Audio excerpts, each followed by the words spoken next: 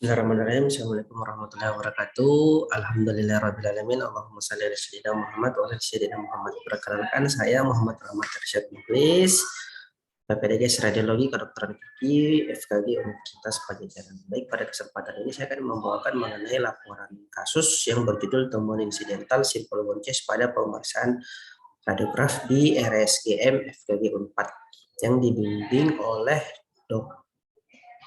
Azhari, Dokter Gigi, MS, SPRKG, Konsultan. Baik, sebagai pendahuluan, simple bone chest ini merupakan lesi pseudokista interosseous jinak seperti rongga, baik kosong atau diisi dengan cairan serosanguineus tanpa lapisan epithel. Sebagian besar mempengaruhi pasien dalam dekade kedua kehidupan dengan tanda klinis asimptomatik yang umumnya gigi dalam keadaan vital dan biasanya lesi ditemukan insidental pada pemeriksaan radiografi. Nah, adapun tujuannya yaitu untuk menganalisa temuan simple bone chest pada radiograf dua dimensi. Yaitu yang pertama kita harus menilai kualitas radiograf, yang kedua melakukan analisa dengan prinsip interpretasi pada radiograf. Nah, laporan kasusnya, sini analisa kasus wanita usia 16 tahun datang dengan keluhan ingin merapikan gigi, sehingga dirujuk ke instalasi RSGM FKG Unpad untuk melakukan foto radiograf. Pada pemeriksaan intraoral, semua tampak dalam batas normal. Dan pada anamnesis, riwayat medis pasien pernah mengalami trauma, yaitu terjatuh pada 3 tahun yang lalu. Nah, ini gambaran klinis ekstraoral pasien. Tidak tampak adanya asimetris yang menunjukkan adanya inflamasi sehingga menyebabkan asimetris wajah atau pembengkakan dari pasien.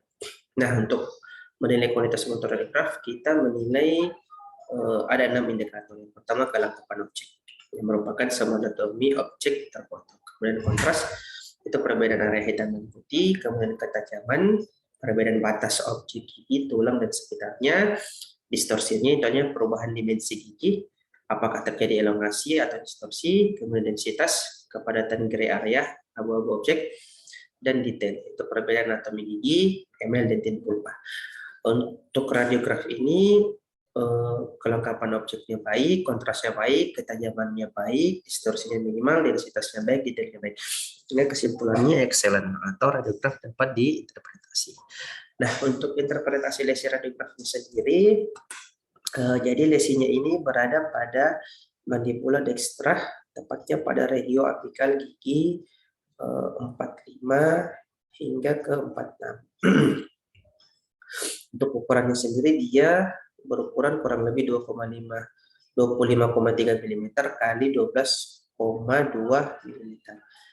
Simetrinya dia unilateral pada satu sisi, bentuk dan batasnya ill-defined, irregular, tampak scallop, kontennya radiolucent, efek terhadap jaringan struktur sekitar kita bisa lihat di sini mendesak kanalis mandibula ke arah inferior.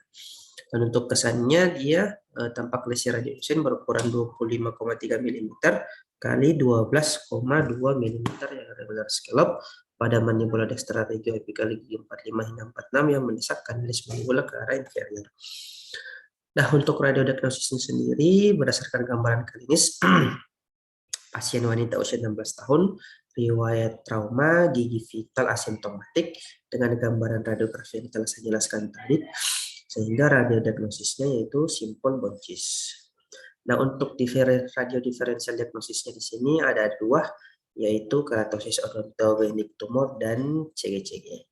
Persamaan KOT sendiri persamaannya dengan simple bone chest, dia border scallop, minimal expansif, tumbuh di sepanjang tulang. Namun perbedaannya KOT dengan SBC, sini lesinya dengan terprodikasi yang menyebabkan displacement dan resorpsi gigi yang terjadi pada usia tua.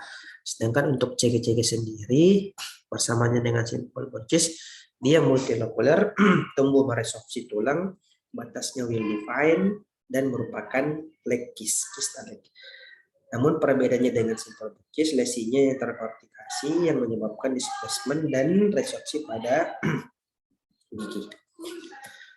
Nah, jika dikomparasi ke dalam textbook ya sebagaimana yang kita ketahui ada kista odontogenik, non-odontogenik, dan kista yang berasal dari jaringan anular.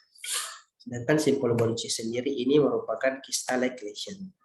Jadi ini sama dengan menurut textbook rujukan radiologi head maxillofacial yaitu White and Porwah yang disetujui pada tahun 2014. Dan menurut WHO, simple bone cyst ini merupakan bagian dari giant cell lesion atau bone kista. Nah, untuk sinonimnya sendiri, simple bone cyst ini yang pertama yaitu traumatic bone cyst, hemorrhagic bone cyst, extravasation cyst, progressive bone cyst, solitary bone cyst, unicameral bone cyst. Untuk pathophysiologisnya, jadi pathophysiologis dari simple bone cyst ini yaitu adanya trauma yang kemudian menstimulus terjadinya sebuah hematom, sehingga terjadi sebuah bekuan yang teresorpsi sehingga membentuk sebuah kavitas dalam medula tulang, tapi tidak ada epitel yang terbentuk di daerah tersebut. Untuk gambaran klinisnya, paling sering terjadi pada usia dekade kedua, lebih sering terjadi pada laki-laki dibandingkan dengan wanita, asimptomatik, terdapat nyeri bila terjadi sekunder, gigi yang terkait dengan lesi vital, ekspansif mandibula atau migrasi gigi mungkin dapat terjadi namun tidak umum dan jarang terjadi. Biasanya lesi ditemukan insidental pada pemeriksaan radiologi. Lesi dapat membesar, tidak adanya insiden fraktur patologis, dan jika dilakukan pemeriksaan aspirasi atau HPA, umumnya menampakkan sedikit cairan serosa-mulus.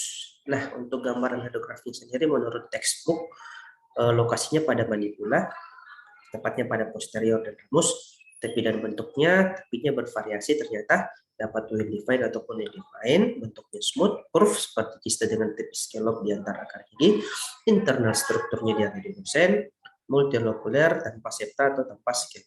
Asosiasinya melibatkan semua tulang sekitar lesi, dalam efek pada jaringan sekitar lamina dura intak atau hanya sebagian yang terganggu. Nah, kita juga bisa menentukan simple bone cyst ini dengan menggunakan algoritma berikut. Jadi dia merupakan lesi solitary unilateral radiolucent.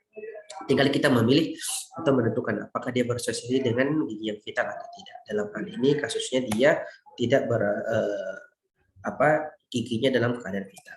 Kemudian kita menentukan dia berada pada rahang mana, mandibula atau maxilla. Pada kasus ini dia berada pada mandibula, kemudian dia berada pada posterior, regio posterior. Kemudian kita menentukan apakah dia berasosiasi dengan crown gigi yang anerupsi atau tidak. Dalam hal ini dia tidak berasosiasi dengan crown yang tidak erupsi, sehingga kita pilih no. Dan untuk lesinya sendiri posisinya berada di terhadap kanalis itu berada di mana. Nah, untuk kasus simple bone cyst ini berada di atas kanalis, lesinya berada di atas kanalis, sehingga kita bisa menentukan lesi tersebut atau radiografisnya itu simple bone cyst. Namun jika terdapat daerah litolos di daerah tersebut, berarti radiografisnya adalah residuis ataupun bisa juga early osseous dysplasia. Dan untuk modaliti pemeriksaan pasti ya untuk mengetahui posisi dan sebagai macamnya, maka kita bisa melakukan pemeriksaan CBCT. Nah, sebagai kesimpulan pada kasus ini, jadi berdasarkan temuan, kemudian penilaian radiografi panoramik dan analisis yang didapatkan, maka lesi yang terdapat pada radiografi panoramik ini adalah simple bone cyst yang secara klinis tidak ada keluhan oleh pasien dan gigi di daerah yang terkena dalam vital dan tidak ada resorpsi akar serta perpindahan dari gigi. Baik, sekian dari saya. Hatur nuhun, kurang lebihnya mohon dimaafkan. Billahi taufiq wal hidayah. Wassalamualaikum warahmatullahi wabarakatuh.